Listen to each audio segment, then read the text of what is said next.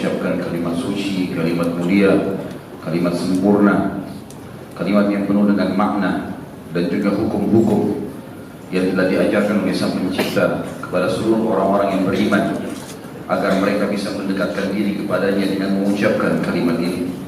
Dan juga dijanjikan segala kebutuhan mereka dipenuhi. Maka sangat wajar sebagai orang yang beriman kalau kita selalu mengucapkan Alhamdulillah.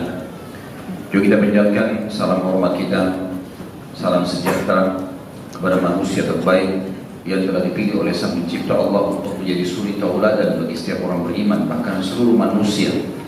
Dia yang telah membawa kepada kita hukum halal haramnya Sang Pencipta sehingga kita punya panduan hidup dan kita bisa mengenal agama yang mulia Islam.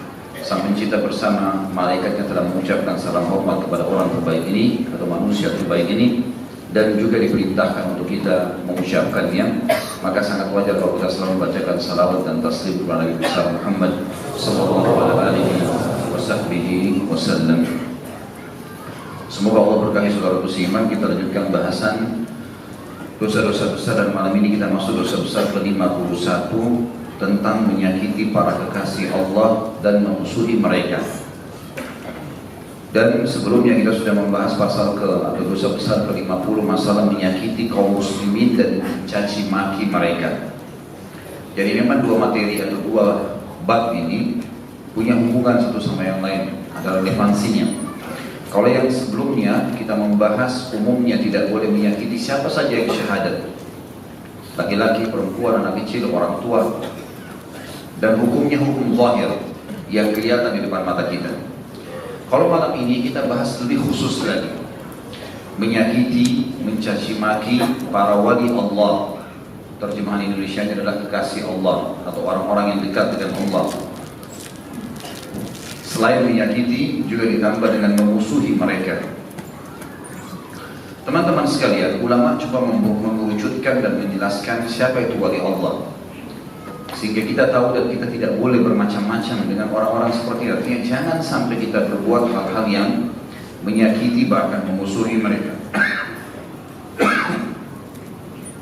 Wali Allah adalah siapapun yang telah menerima dan meyakini Allah sebagai pencipta, tunduk padanya, selalu memperjuangkan apa yang diperintahkan untuk diperjuangkan, takut kepada semua yang diperintahkan untuk takut padanya, dan juga selalu berhati-hati dalam mengerjakan semua perintah sehingga maksimal, konsentrasi, khusyuk, dan juga selalu berhati-hati sehingga mereka selalu meninggalkan perbuatan-perbuatan yang dilarang.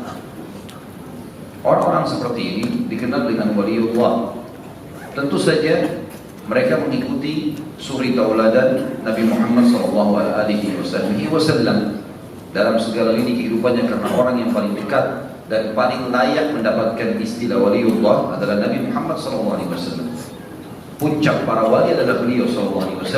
Kemudian datang semua para nabi-nabi, kemudian datang semua para sahabat, lalu datanglah setelahnya para generasi emas setelah sahabat, kemudian setelahnya lagi tabi'in dan tabi'in. Sebagaimana sabda Nabi SAW dalam hadis sahih, sebaik-baik abad generasi, sebaik-baik generasi adalah abadku atau generasiku para sahabat. Lalu datang generasi setelahnya, lalu datang generasi setelahnya. Lalu kemudian setelah tabi'in ini, maka bersainglah tanda kutip para orang-orang beriman dalam kedekatan mereka kepada Allah. Sebagaimana Allah berfirman dalam Al-Quran setelah menjelaskan panjang lebar masalah surga, kenikmatan ibadah padanya, Allah mengatakan a'udzubillahi minasyaitonir rajim, fi dzalika falyatanafasil mutanafisun. Dan di surga, pendekatan diri kepada Allah, merasakan nikmatnya iman itu sangat wajar orang-orang beriman saling bersaing, tapi bersaing positif. Sebagaimana juga contoh yang lain sabda Nabi SAW, kalau seandainya seseorang di antara kalian mengetahui apa yang Allah janjikan di saf pertama dan adzan, kemudian mereka tidak mendapatkannya kecuali mereka bersaing, berlumba-lumba, maka pastilah mereka akan bersaing. Jadi di sini tingkatan mereka ada tentunya, tergantung kadar kedekatan kepada Sang Pencipta Allah yang diikuti dengan ilmu. Karena ada perbedaan antara alim sama abid. Alim adalah seseorang yang betul-betul mendalami dan mengetahui hukum-hukum Allah, belajar di majelis-majelis para ulama sehingga dia pun mencapai level para ulama, kemudian dia mengamalkannya. Sementara abid, orang yang mau mempraktekkan syariat tapi tidak punya ilmu. Kata Nabi SAW dalam sebuah hadis yang dihasankan oleh para ulama hadis, perumpamaan antara seorang alim dengan abid di antara kalian yang punya ilmu dan mengamalkan dengan orang yang tidak punya ilmu tapi mau mengamalkan agama. Ahli ibadah tapi tidak punya ilmu. Seperti perumpamaan atau perbedaan antara aku dengan orang yang paling bodoh di antara kalian. Jadi memang di sini dia praktek agamanya diikuti dengan ilmu syar'i yang luas, sehingga memang mereka sampai pada level waliullah tersebut. Imam Syafi'i rahimahullah dan para ulama-ulama memberikan beberapa kriteria masalah waliullah ini. Di antaranya adalah statement beliau, kalau ada orang yang jalan di atas air dan terbang di udara, jangan kau percaya dia sebagai waliullah selama engkau belum melihat tata cara sujudnya, apakah sama dengan yang diperintahkan Nabi SAW atau tidak. Dan ada hadis Nabi SAW yang berbunyi, umirtu an asjuda li sab'ati a'dha. Aku diperintahkan untuk sujud dengan menggunakan 7 anggota badan, dahi dan hidung, kedua telapak tangan, kedua lutut dan kedua telapak kaki. Ini kategori dari Imam Syafi'i rahimahullah. Sebagian ulama yang lain mengatakan, jangan kau percaya seseorang itu waliullah kalau dia yang mengucapkan kalau saya ini waliullah, atau seseorang yang dituduh atau disangka waliullah sementara engkau tidak melihat padanya ciri-ciri Rasulullah SAW dan para sahabatnya. Rasulullah SAW berjenggot, memang jenggot itu ciri kesolehan kalau dia pelihara karena Allah. Kalau ada orang dianggap waliullah tidak berjenggot, sunnah Nabi ditinggalkan. Bagaimana bisa sampai pada waliullah sementara wali tertinggi adalah Rasulullah SAW? Kalau dia sangat mirip dengan Nabi SAW dalam segala hal, baik itu hukum sunnah atau wajib, dan dia meninggalkan segala larangan, baik itu makruh ataupun haram, maka ini bisa dikategorikan sebagai waliullah. Juga waliullah ini seringkali diberikan oleh Allah Subhanahu wa Ta'ala beberapa kelebihan-kelebihan, keberkahan dalam hidup mereka, seperti misalnya istiqomahnya dalam mengerjakan amal-amal saleh. Orang kalau dekat dengan Allah, Allah akan mudahkan dia mengerjakan amal saleh. Terkaget sendiri pada malam hari, hatinya jadi mudah, ringan tangan dan kakinya untuk sholat, mudah untuk mendatangi masjid pada saat azan dan mereka berlumba-lumba di saf pertama, mudah membuka kitabullah setiap hari membaca dan menghafalnya, merenungi maknanya, mudah langkahnya menuju ke majelis ilmu, mudah bersedekah pada saat dia lihat ada yang membutuhkan sedekah tanpa mempertimbangkan lagi orang ini jujur atau tidak. Mudah sekali untuk pergi haji dan umrah pada saat Allah mudahkan langkahnya, mudah sekali berjihad membela agama Allah. Semuanya termudahkan. Ini namanya istiqomah yang dimudahkan oleh Allah karena memang kesolehan dia. Dan orang-orang seperti ini kita akan temukan selalu tulus, selalu mudah, musibah pun datang di dekat senyum. Orang-orang yang dekat dengan Allah Subhanahu wa Ta'ala punya kedudukan, teman-teman sekalian. Rasionalnya begini, kalau seandainya ada seseorang yang dekat dengan presiden, lalu kemudian kita ganggu orang itu, mungkin dilempar batu kah, ditarik bajunya kah, diambil haknya kah. Sementara orang ini adalah orang yang paling disayang oleh presiden. Kira-kira presiden marah nggak? Marah. Bahkan dia bisa melakukan penangkapan, mungkin hukuman, karena orang yang dia cintai, yang dia sukai itu diganggu. Tidak usah kita bicara manusia, teman-teman. Tentu ini hanya sekedar contoh. Hewan yang dipelihara oleh seseorang, kalau dia tahu di tuannya, majikannya, bisa dia pelihara anjing misalnya, kemudian diganggu oleh orang lain, dia masih bisa menyerang, membela. Tentu ini sama sekali saya bilang jangan disamakan, karena ini hanya contoh saja. Allah yang maha suci dan maha pemurah akan sangat murka bila kekasih-kekasihnya diganggu.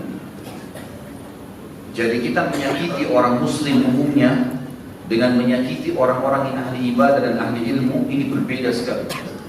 Berbeda sekali. Makanya Imam Al-Dhahabi memisahkan di sini, menyakiti muslimin secara umum dan menyakiti para waliullah ini secara khusus. Dalil-dalilnya bisa mengundang murkahnya Allah. Agak maju ke depan, bisa berapa kalau merapat, supaya yang baru datang bisa dapat tempat. Silakan merapat dulu.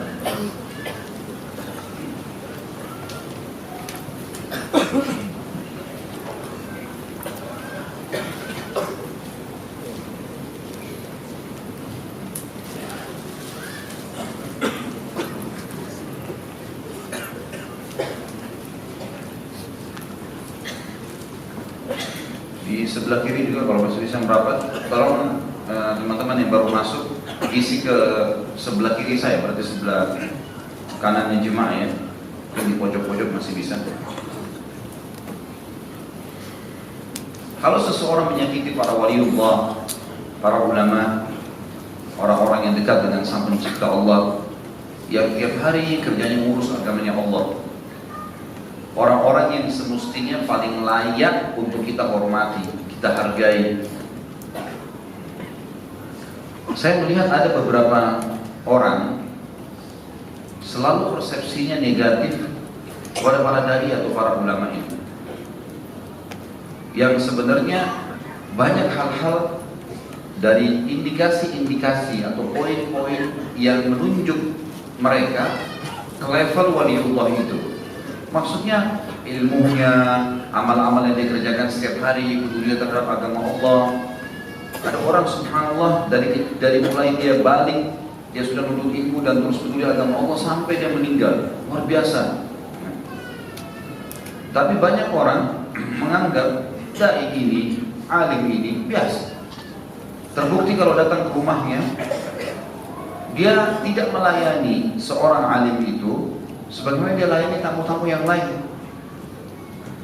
Bahkan banyak di antara mereka menganggap para dai-dai itu gampang, bahkan bisa mengambil fatwa sembarangan dari mereka dengan memberikan duit, dengan memberikan hadiah. Ini bahaya sekali. Meremehkan mereka saja itu sudah cukup mengundang murkahnya Allah, karena masuk dalam kategori menyakiti. Ada orang lebih jauh daripada itu, memusuhi, memerangi. Contoh di zaman Musa alaihissalam, ada Qarun yang biasa kita istilahkan di Indonesia dengan harta karun. Karun nama dia, Qarun dalam Al-Quran disebutkan. Orang ini miskin sekali, ahli ibadah dulunya. Berdoa kepada Allah agar dimudahkan rezekinya. Sering datang ke majelisnya Musa alaihissalam, patuh, dengar. Satu waktu Allah SWT bukakan dia pintu rezeki. Dia bekerja dengan seseorang ahli emas, kemudian sampai dia bisa buat emas, sehingga akhirnya dia punya toko emas dan jadi kaya raya, menjadi orang terkaya. Tiba-tiba dia berubah. Tidak mau lagi hadir majelis Musa alaihissalam, enggak lagi sholat, sombong, segala macam. Lebih parah dari itu, setelah dia jauhkan dirinya dari jalan Allah, dia rupanya berusaha menyakiti dan memusuhi Musa alaihissalam. Dia sampai bayar para penyair untuk menghina Musa alaihissalam. Dia sampai lewat dengan kereta kencananya Musa alaihissalam jalan kaki di sebelahnya, dicuekin. Dia pamer-pamer kekayaannya. Diingatkan oleh Musa, dia nggak mau dengar. Karena sudah sampai pada level dia memusuhi dan menyakiti waliullah. Tentu saja dibilang puncaknya para nabi-nabi, maka Allah pun menenggelamkan dia dengan hartanya. Maka dikatakan setiap harta yang tenggelam tertimbun dikatakan harta karun, karena dia sama hartanya semua ditimbun oleh Allah Subhanahu wa Ta'ala. Dia sudah sampai pada tingkat itu, menyakiti. Tentu kita secara umum tidak boleh sakitin orang, teman-teman. Siapapun itu tidak boleh kita sakitin. Non muslim pun tidak boleh, sudah pernah kita jelaskan masalah itu. Tapi menyakiti orang-orang yang levelnya di sini ini berbeda. Harus hati-hati. Doa mereka itu mustajab. Bisa saja karena kedekatannya kepada Allah Subhanahu wa Ta'ala, maka mustajab. Sampai para sahabat teman-teman sekalian berhati-hati sekali kalau mereka melihat seseorang yang lebih sederhana pakaiannya, lebih sederhana fisiknya, lebih sederhana tutur katanya, maka mereka berusaha untuk selalu mengontrol diri supaya jangan sampai menghina. Kalau orang ini dekat dengan Allah berbahaya. Contoh misalnya Hasan Basri rahimahullah, setiap kali dia ketemu dengan orang yang lebih tua dan dia lihat lebih sederhana pakaiannya, kulitnya sudah keriput, mungkin kalau jalan juga lamban, sehingga kadang-kadang orang yang masih muda energik merasa terganggu kalau jalan di belakangnya, maka Hasan Basri langsung mengucapkan dalam dirinya, orang ini lebih tua dari saya, berarti umurnya amal solehnya lebih banyak, karena umurnya sudah lebih daripada saya, belum tentu saya bisa seumur sama dia. Dengan begitu dia bilang, saya meredam, saya tidak menghina orang lain, karena bisa saja dia adalah seorang yang dekat dengan Allah. Kalau saya melihat orang yang lebih muda dari saya, maka saya mengatakan orang ini lebih sedikit dosanya. Dengan cara seperti itu dia bisa mengontrol dirinya. Dia bisa mengontrol dirinya. Para orang-orang yang dekat dengan Allah, teman-teman sekalian, tentu para nabi-nabi dan mereka sudah meninggal sekarang, tinggal penerusnya para ulama-ulama harusnya dihormati, dijunjung tinggi. Sampai sebagian ulama mengatakan, sebagian bukan semua, bersedekah kepada seorang alim itu bisa saja pahalanya lebih baik daripada bersedekah kepada 1000 fakir atau bahkan kepada 1000 mujahid. Apa alasannya? Mereka jabarkan, karena seorang alim ulama dengan ilmunya dia bisa menyabarkan 1000 orang miskin dalam masalahnya. Dia bisa memotivasi 1000 mujahid untuk berperang membela agama Allah.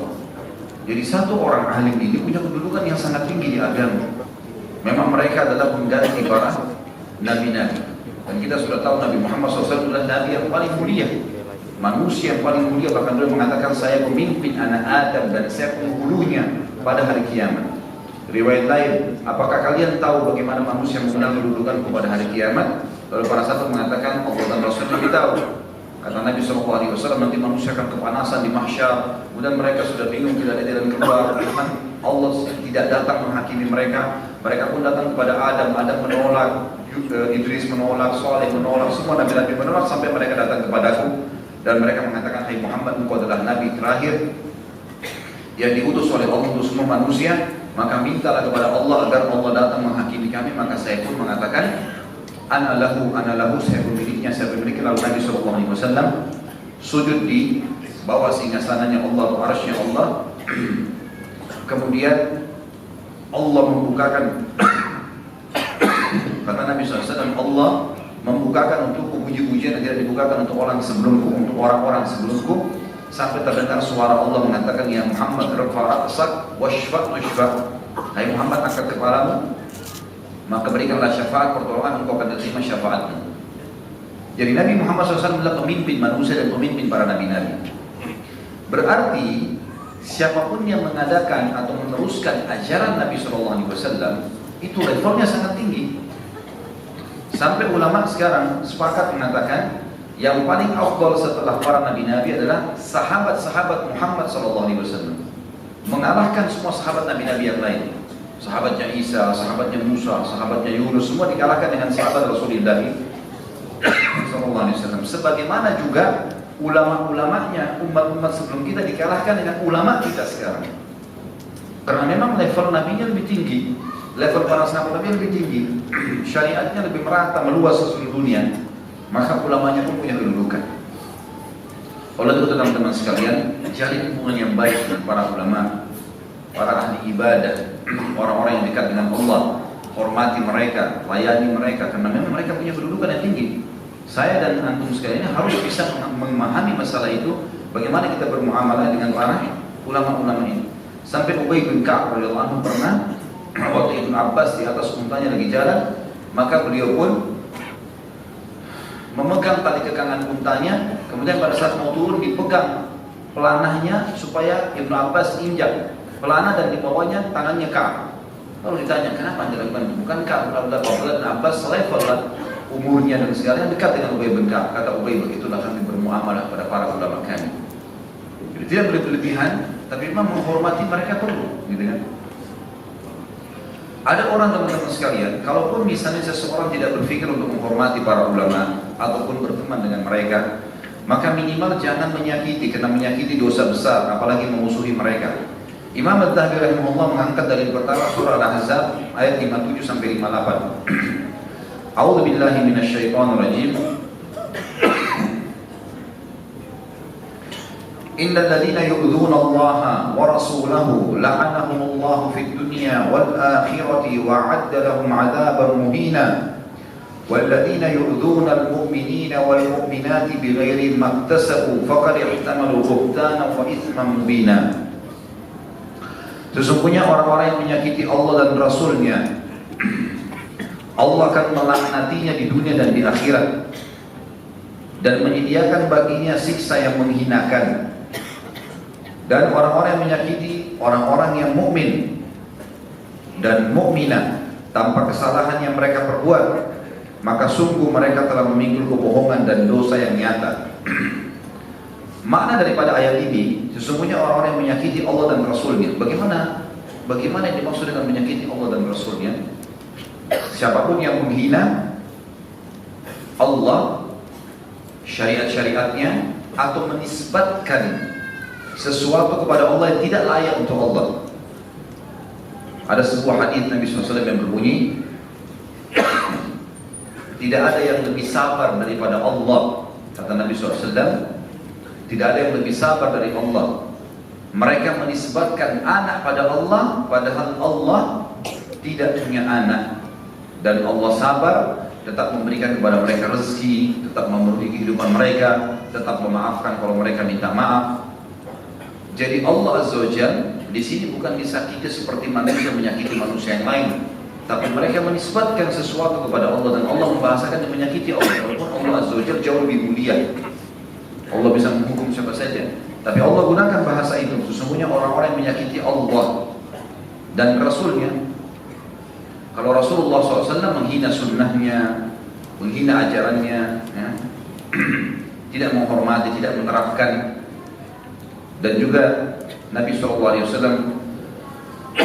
pada saat hidup bersama beliau, karena kita tidak hidup bersama beliau, tentunya para sahabat pernah ada yang ditegur waktu beliau sudah menikah dengan Zainab. Nabi SAW menyediakan sedikit makanan di rumahnya. Beberapa sahabat rupanya setelah makan mereka masih ngobrol di rumah Nabi SAW. Nabi malu menegurnya.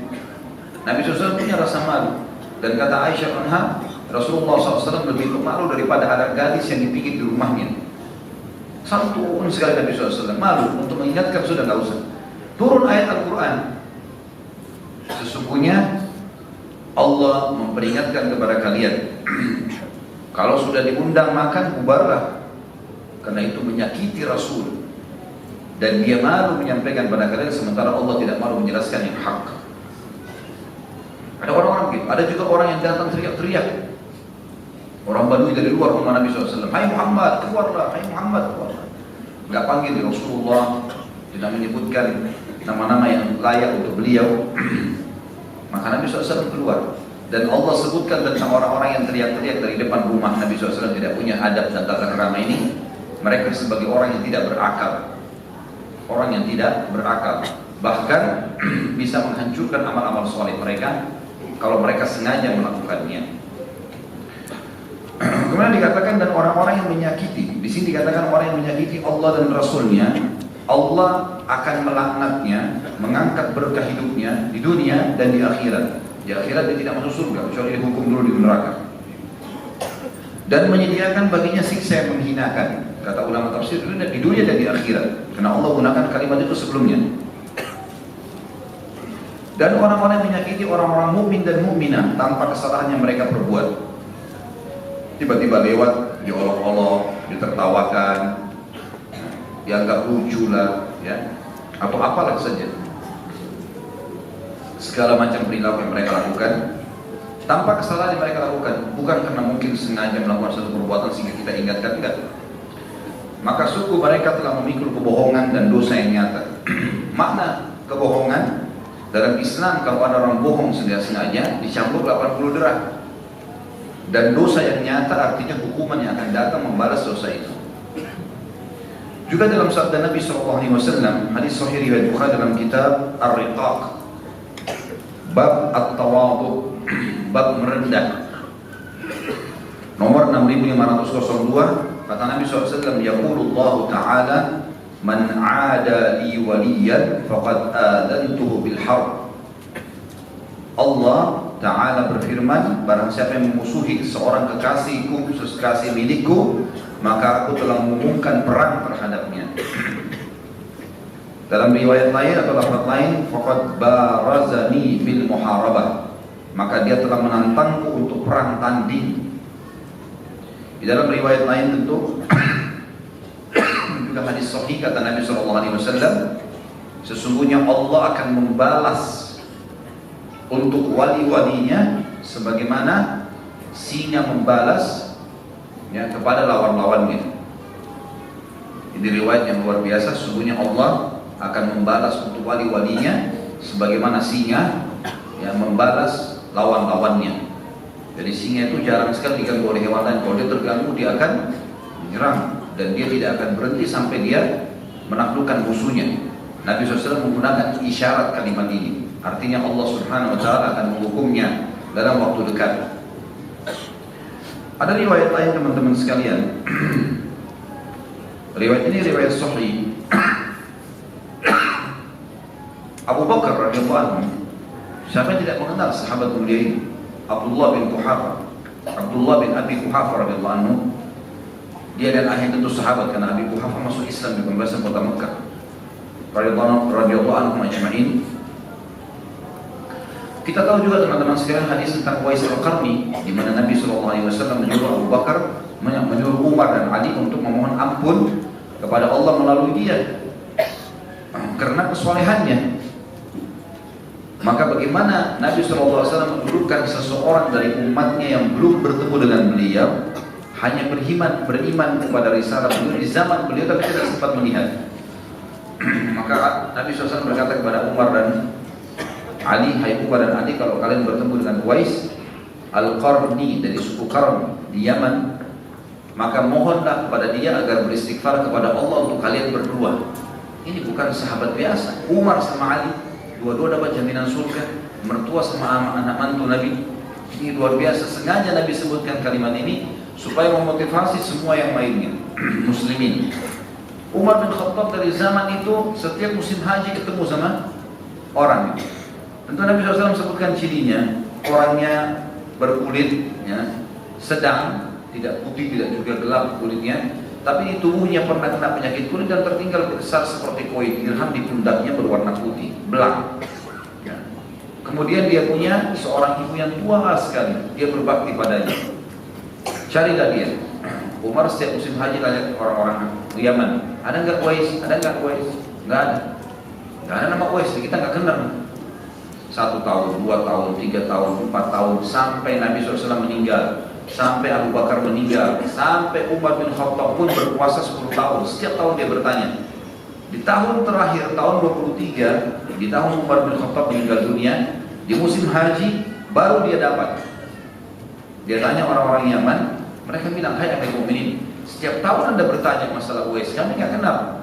Kalau ada satu orang dari jemaah haji Yaman mengatakan, saya kenal wahai Amir Mu'minin, ada orang namanya Uwais, seorang pengembala kambing di padang pasir jauh di Yaman, tapi saya tahu dia tahun ini haji. Umar langsung tersenyum, mana orang ini? Kalaupun betul dia pergi haji, maka dia akan tiba di hari ini dan hari ini, maksudnya sebentar lagi tiba. Kalau Anda mau, biasanya penduduk Yaman datang dari arah sana. Umar setiap hari nunggu di situ, sampai akhirnya melihat ada orang mengembala kambing, bajunya lusuh, rambutnya biasa sekali, sambil jalan. Lalu Umar tanya, apa kau kenal Uwais? Orang itu tanya, kenapa Anda tanya Uwais? Ya saya ingin bertemu dengan Uwais dari suku Qarn, dari Yaman. Dia bilang, saya Uwais, nama saya Uwais.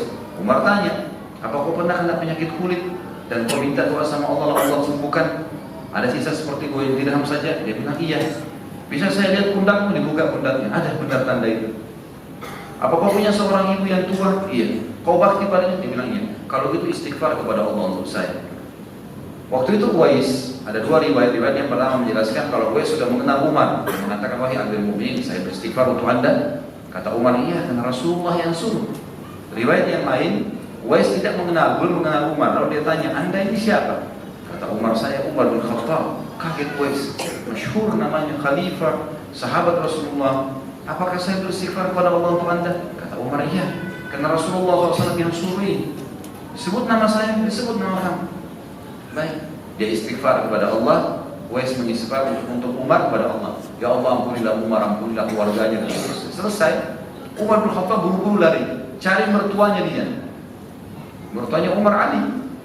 Karena akhir hidupnya Umar bin Khattab menikah dengan Ummu Kalsum, anaknya Ali bin Abi Thalib. Kamu Ali, hai Ali, Uwais ada, buruan, temuin. Ali lari-lari diantar sama Umar sampai tiba di sana, masih ada Uwais dengan gembalaannya. Hai Uwais, istighfar untuk Allah kepada saya. Kata Uwais, siapa anda ini? Saya Ali bin Abi Thalib. Ali bin Abi Thalib. Luar biasa, ini tadi Umar, ini Ali lagi.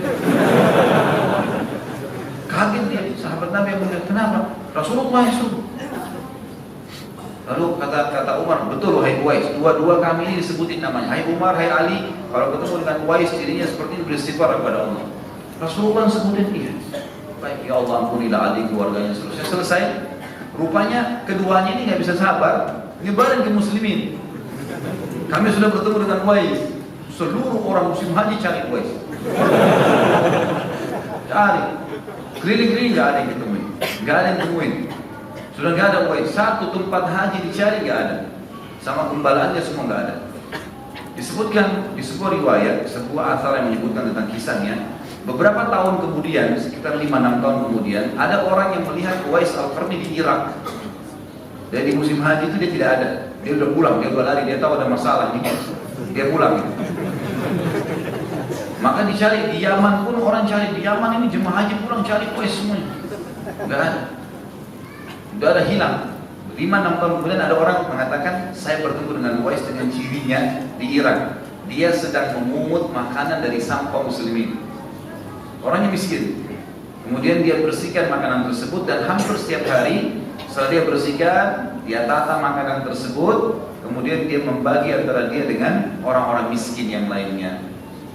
Dia bersihkan, kemudian dia bagi, kemudian dia berikan kepada orang lain. Makanya teman-teman sekalian keluar sebuah istilah, Uwais adalah hamba Allah yang tidak dikenal di dunia, tapi dikenal di langit. Tidak dikenal di bumi, tapi dikenal di langit. Maka jadilah kalian semua, ya, kata orang yang mengingatkan ini, orang-orang atau hamba Allah yang dikenal di langit dan bukan dikenal di dunia. Kalau orang bisa menggabungkan dua-duanya, alhamdulillah. Tapi yang paling penting bagaimana menjaga hubungannya dengan Sang Pencipta, Allah Subhanahu Wa Taala. Jadi orang-orang yang dekat dengan Allah dan kisahnya cukup banyak teman-teman sekalian. Kalau kembali di YouTube ada ceramah saya tentang para tabi'in, kisah para sahabat yang luar biasa, bagaimana kedekatan mereka kepada Sang Pencipta Allah. Maka itulah kata kunci untuk menjadi waliullah dan memuji mereka, membaca kisah mereka, mendekatkan diri dengan mereka, loyal dengan mereka adalah sebuah ibadah yang sangat dianjurkan. Sebaliknya kalau menyakiti mereka maka akan mengundang murkanya Sang Pencipta Allah. Mungkin sampai sini teman-teman sekalian bahasan kita. Semoga apa kita bahas hari ini bermanfaat buat kita semua dan dijadikan sebagai tambahan amal kita pada hari kiamat. Dan semoga semua dosa yang pernah kita kerjakan dengan kemahamurahan Sang Pencipta diganti dengan pahala atau menjadi pahala. Dan semoga saja Indonesia diberikan pemimpin-pemimpin yang muslim kembali pada Al-Quran dan Sunnah, terutama Jakarta dalam waktu dekat yang akan menghadapi pilkada nanti. Dan juga semoga Indonesia menjadi contoh bagi negara-negara yang lain.